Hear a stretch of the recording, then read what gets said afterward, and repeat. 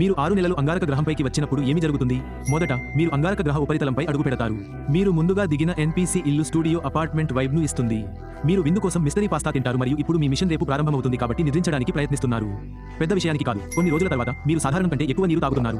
గురుత్వాకర్షణ నుండి మీకు తలనొప్పి రావడం ప్రారంభించడంతో చివరకు మీరు ప్రశాంతంగా మరియు పరిగెత్తుతారు. మీ బాస్ నుండి మొదటి సందేశం ఇప్పుడే వచ్చింది.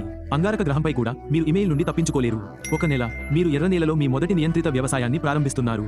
మీరు గాజు దగ్గర గంటల తరబడి కూర్చుంటారు. నీడ బయటకు కదులుతున్నట్లు మీరు ప్రమాణం చేస్తారు, కానీ మీరు చూడటం ఆపలేరు.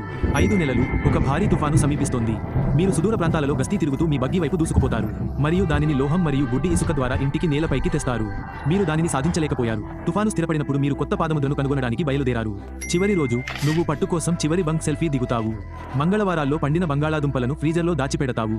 భూమి మీదకి తిరిగి వెళ్లే ముందు నీ లోగోను పడేస్తావు. నీ ఫోన్ని చెక్ చేసి పూర్తిగా పేల్చివేస్తావు. ఎవరో నిన్ను చూస్తున్నారనడానికి ఇది స్పష్టమైన సాక్ష్యం.